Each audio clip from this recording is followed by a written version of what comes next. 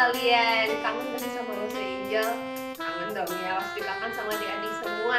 Nah, saatnya kita akan memuji nama Tuhan. Nah, kita akan menyambut pagi hari ini dengan menyanyikan lagu Matahari Bersinar.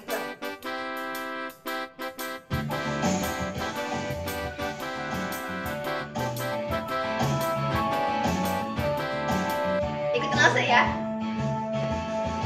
Matahari bersinar terang, burung berkicaulah senang, hanya terbang menari pada, semuanya mengajak kepada kita dan memuji nama Tuhan yang Esa, dan memuji nama Tuhan yang Esa. Sekali lagi ya. Matahari bersinar terang, burung berkicaulah senang, hanya sama-sama menari pada, semuanya mengajak kepada kita dan memuji nama Tuhan yang Esa, dan memuji nama Tuhan yang Esa. Nah, sekarang kita akan berdoa. Mari kita bersatu dalam doa.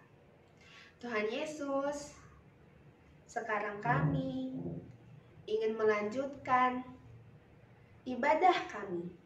Berkati kami Tuhan, hanya di dalam nama Tuhan Yesus kami berdoa. Amin. Adik-adik, sembari kita masih bangkit berdiri nih, Lausa mau ngajak kalian buat menyanyikan lagu satu ini. Lagu satu ini itu berhubungan dengan tema kita, yaitu Barnabas dan Saulus yang diutus. Kita sebagai anak Tuhan harus juga siap diutus ya. Yuk kita nyanyikan lagu ini, lagu Aku Anak Tuhan Zaman Sekarang.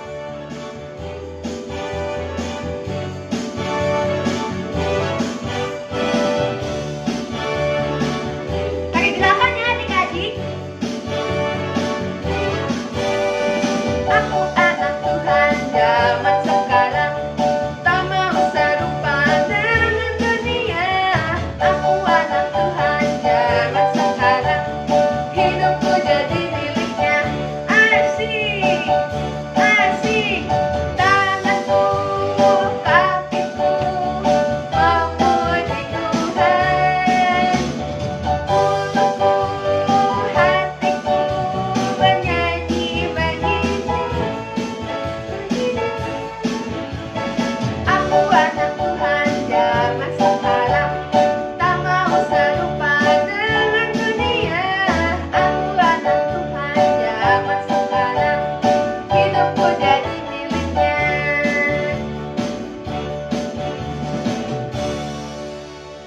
Nah, silakan duduk adik-adik. Nah, sekarang kita akan mendengarkan firman Tuhan nih, yang akan dibawakan oleh Lausa Laura. Nah, kita akan menyanyikan lagu Dalam Yesus Kita Bersaudara.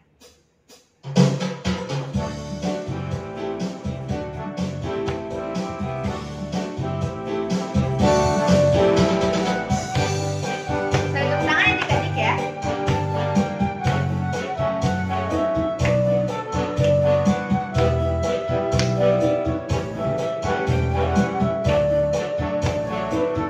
Dalam Yesus kita bersaudara.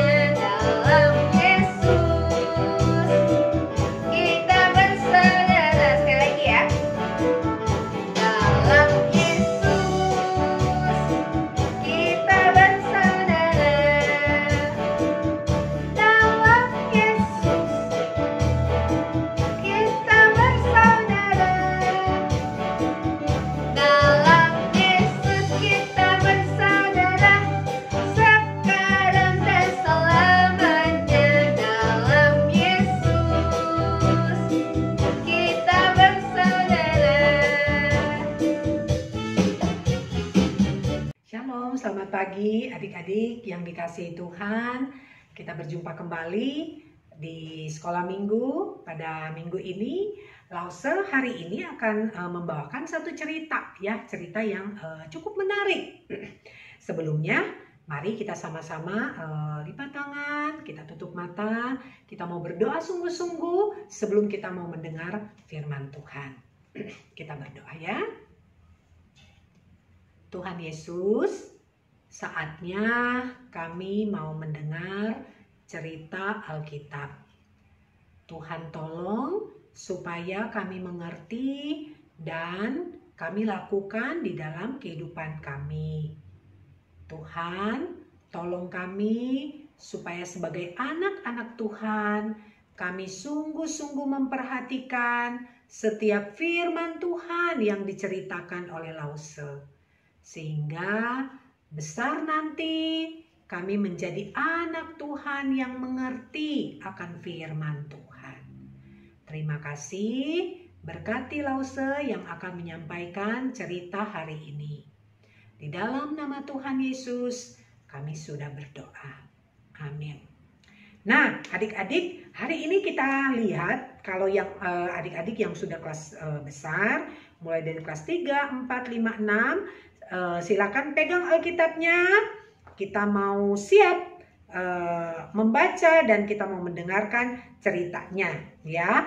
Di Kisah Para Rasul itu di Perjanjian Baru ya. Kisah Para Rasul pasal yang ke-11. Pasal yang ke-11 mulai dari ayat yang ke-19, ayat 19 sampai ayat yang ke-30.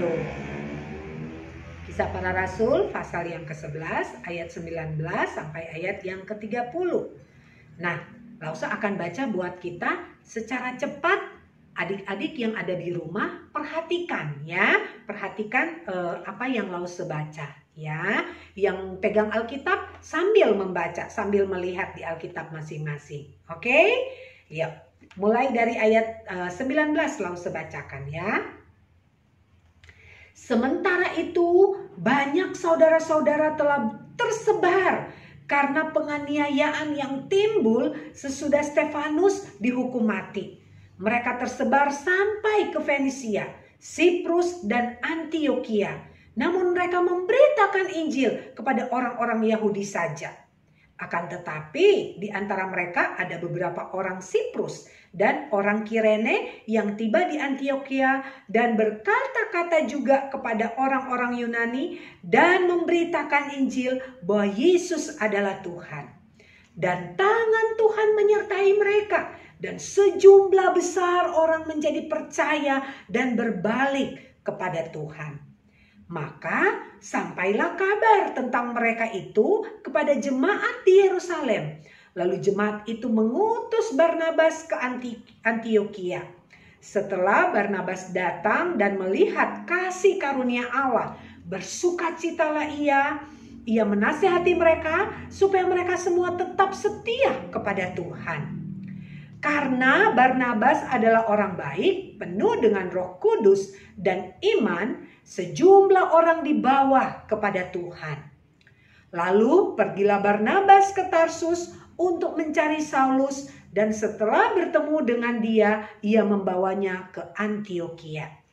Mereka tinggal bersama-sama dengan jemaat itu 1 tahun lamanya sambil mengajar banyak orang di Antioquia. Di Antioquia lah murid-murid itu untuk pertama kalinya disebut Kristen. Nah, seperti kita ya yang disebut orang Kristen. Ayat 27. Pada waktu itu datanglah beberapa nabi dari Yerusalem ke Antioquia. Seorang dari mereka yang bernama Agabus bangkit dan oleh kuasa Roh ia mengatakan bahwa seluruh dunia akan ditimpa bahaya kelaparan yang besar. Hal itu terjadi juga pada zaman Claudius. Lalu murid-murid memutuskan untuk mengumpulkan suatu sumbangan sesuai dengan kemampuan mereka masing-masing dan mengirimkannya kepada saudara-saudara yang diam di Yudea. Hal itu mereka lakukan juga dan mereka mengirimkannya kepada penatua-penatua dengan perantaran Barnabas dan Saulus. Nah, adik-adik, cerita ini menarik sekali. Kenapa? Karena di sana menyebutkan tentang bagaimana ketika peristiwa, jadi ceritanya ada seorang yang bernamanya Stefanus. Stefanus ini adalah seorang yang dipilih oleh tua-tua pada waktu itu untuk melayani jemaat yang miskin, ya, mereka yang lemah, mereka yang berkekurangan gitu ya. Tetapi Stefanus ini bukan hanya sekedar melayani biasa, adik-adik.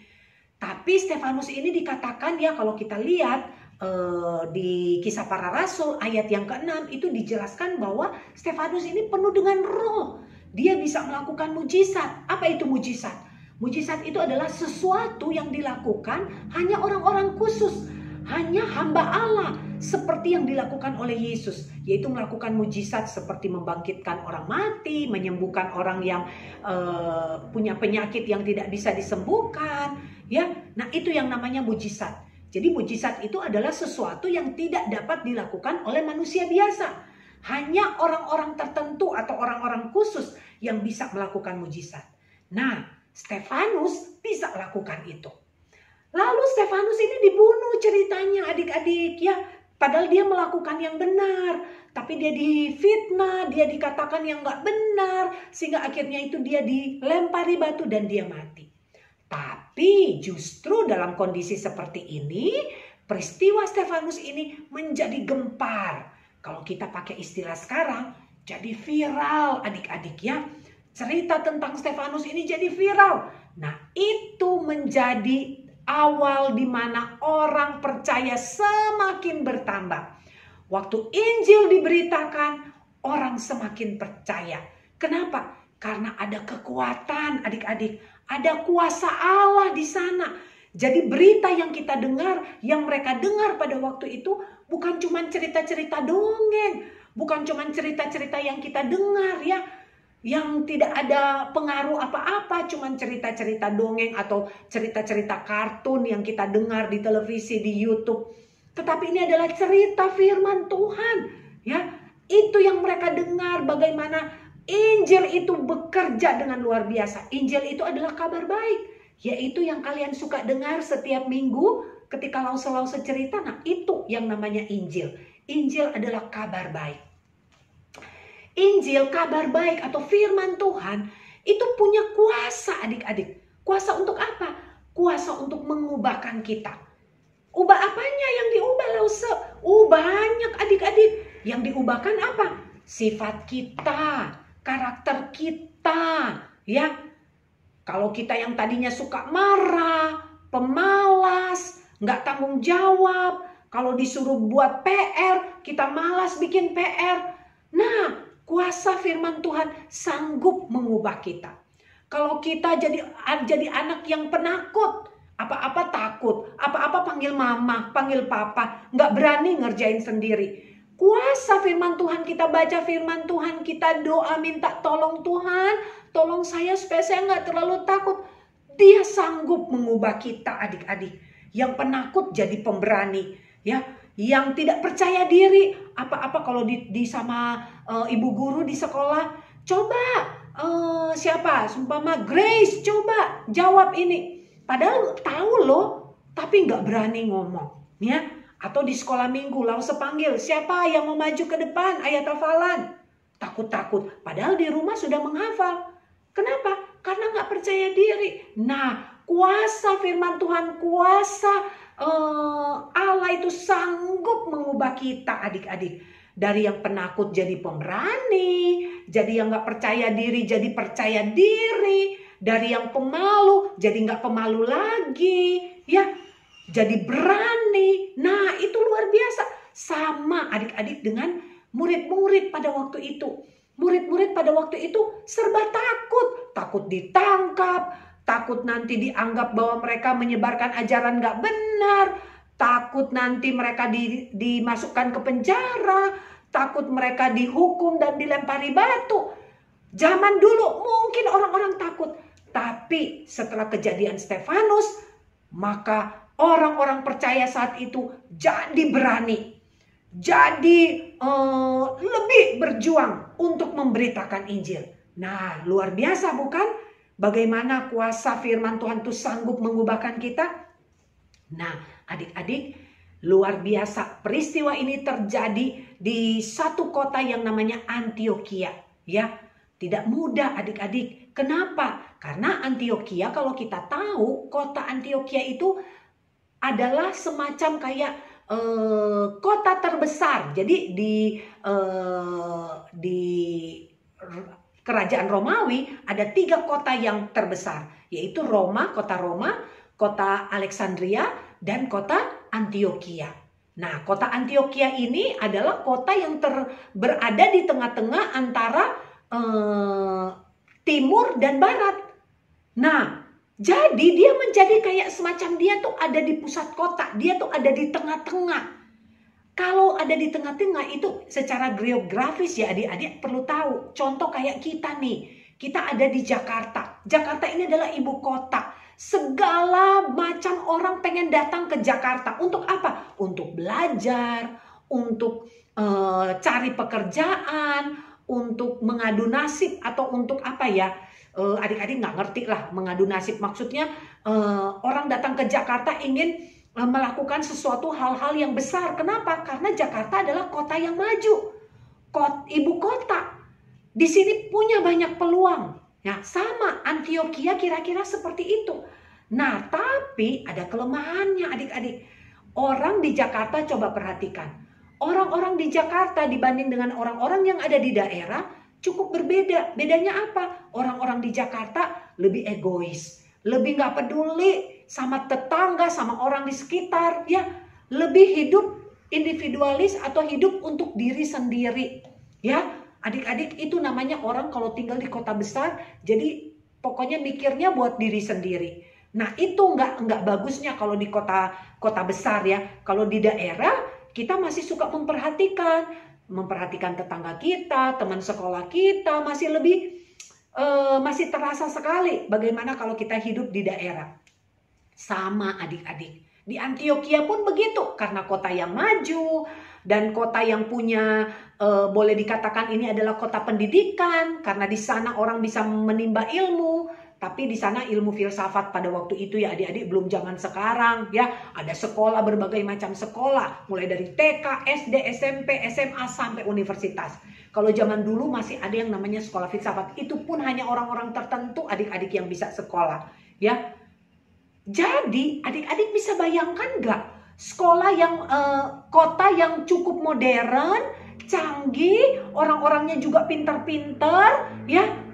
Kira-kira kalau dikasih tahu tentang firman Tuhan, mungkin mereka pikir itu buat orang-orang yang nggak punya pengetahuan, itu hanya untuk orang-orang yang bodoh. Ngapain kita belajar yang kayak beginian ya? Tapi enggak loh adik-adik. Ya enggak loh. Waktu berita disampaikan, di sini dikatakan mereka mendengar. Bahkan banyak yang percaya kepada Tuhan. Nah, kita bahkan dari masih lahir, kita sudah percaya Tuhan loh. Kenapa? Karena mama papa udah percaya Tuhan. Harusnya kita lebih sungguh-sungguh baca Alkitab, dengar firman Tuhan, taat kepada orang tua, taat kepada Tuhan. Harusnya begitu adik-adik. Ya kan? Karena mereka saja yang mereka sudah gede, tapi mereka baru dengar, wah mereka jadi sungguh-sungguh. Kita jangan kalah sama mereka. Ya, kita mau lebih sungguh-sungguh untuk ikut Tuhan, percaya Tuhan, melayani Tuhan. Mau jadi murid Tuhan yang sungguh-sungguh. Ya, kenapa? Karena yang tadi. Karena kalau kita jadi murid Tuhan, kita sungguh-sungguh ikut Tuhan. Kita rajin baca Alkitab, rajin melayani Tuhan, rajin berdoa. Maka kuasa Tuhan itu akan terjadi dan mengubahkan kita. Mengubah hati kita, mengubah karakter kita, mengubah kehidupan kita, mengubah keluarga kita, mengubah semuanya. Bahkan kita menjadi seorang anak yang sungguh-sungguh taat kepada kepada Tuhan dan mencerminkan sebagai seorang anak Tuhan yang baik. Adik-adik mau nggak jadi seorang anak yang taat kepada firman Tuhan? Yang percaya kepada kuasa bahwa Tuhan sanggup mengubahkan kita. Seperti Tuhan telah memakai Barnabas dan Saulus ketika mereka memberitakan Injil di kota Antioquia. Adik-adik mau nggak? Mau ya? Lause aja mau. Lause aja mau banget ya. Dipakai Tuhan terus untuk menjadi pemberita Injil, menjadi pelayan Tuhan yang setia, yang taat. Dan Tuhan yang akan menolong kita, yang akan memberikan kuasa kepada kita, yang akan mengubahkan kita, yang akan memampukan kita. Mau ya adik-adik di rumah ya? Dari kecil sampai besar kita mau menjadi pelayan Tuhan. Mau setia melayani Tuhan. Oke? Ayo kita berdoa lagi ya. Minta Tuhan tolong supaya waktu kita mendengar firman Tuhan, kita juga melakukan di dalam hidup kita setiap hari. Mari kita berdoa. Tuhan, kami sudah dengar firman Tuhan. Kami mau belajar seperti Barnabas dan Saulus yang Tuhan panggil, Tuhan utus dan memberitakan Injil kepada mereka yang belum percaya kepada Tuhan. Tuhan, kadang kami masih malu, kami takut, kami merasa kami tidak mampu, kami tidak bisa. Tapi Tuhan, kami mau belajar. Kalau Barnabas dan Saulus Tuhan bisa pakai, Tuhan juga bisa pakai saya untuk bisa melayani Tuhan. Hari ini kami sudah dengar cerita firman Tuhan. Dan kami mau berjanji bahwa Tuhan dari saat ini, dari kami kecil sampai kami dewasa nanti, kami mau menjadi pelayan-pelayan Tuhan. Kami mau dipakai Tuhan menjadi alat untuk memberitakan kabar baik kepada orang-orang yang belum percaya. Bahkan kepada keluarga kami yang belum percaya kepada Tuhan. Terima kasih Tuhan Yesus. Di dalam nama Tuhan Yesus kami sudah berdoa. Amin. Nah, untuk meresponi firman Tuhan yang tadi dibawakan oleh Lause Laura, kita akan menyanyikan lagu Hatiku Penuh Nyanyian. Karena apa? Karena kita sebagai anak Tuhan yang telah diutus, pastinya kita bersuka cita dong, ya kan? Kita nyanyikan lagu ini. Hatiku penuh nyanyian, hatiku penuh nyanyian, hatiku bernyanyi untuk Raja segala raja. Sembahlah dan pujilah Dia, sembahlah dan pujilah Dia, sembahlah dan pujilah Dia, Raja segala raja. Sekali lagi ya. Hatiku penuh nyanyian, hatiku penuh nyanyian, hatiku bernyanyi untuk Raja segala raja. Sembahlah dan pujilah Dia, sembahlah dan pujilah Dia, sembahlah dan pujilah Dia, Raja segala raja. Nah adik-adik, sekarang waktunya kita akan memberikan persembahan kita. Kita siapin uang persembahan kita akan menyanyikan lagu bersyukur.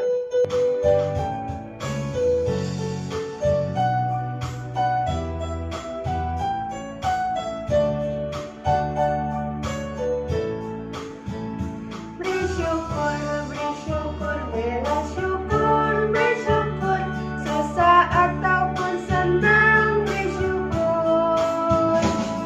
Panjatkan doamu, seluruh hatimu, kasihnya Yesus jadi milikmu.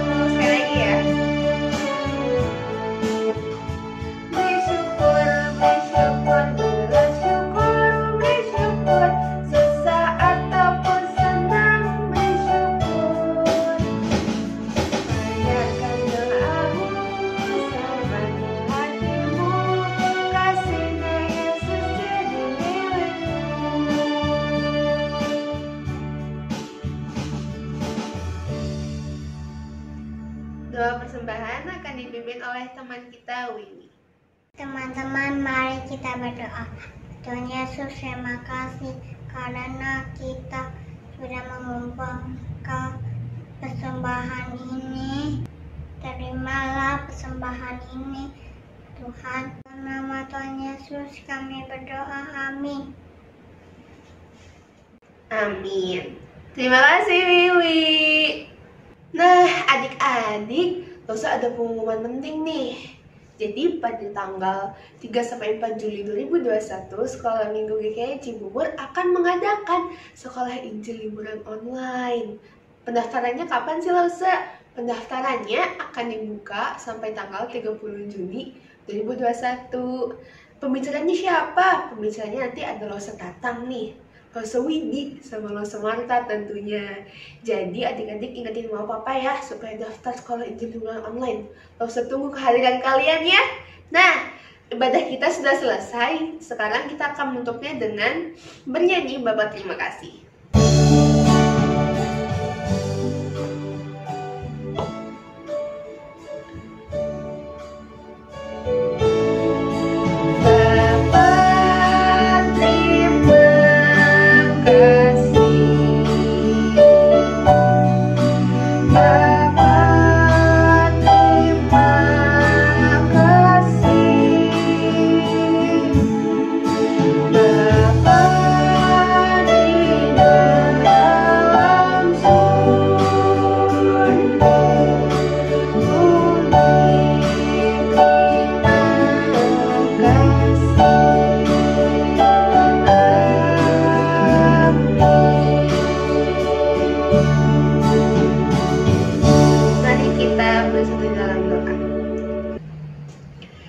Tuhan Yesus, terima kasih karena kami telah bernyanyi dan mendengarkan firman-Mu. Sekarang kami ingin menutup ibadah kami. Berkati kami Tuhan, hanya di dalam nama Tuhan Yesus kami berdoa. Amin. Nah, ibadahnya sudah selesai nih adik-adik. Sampai jumpa minggu depan ya. Dadah, Tuhan Yesus memberkati.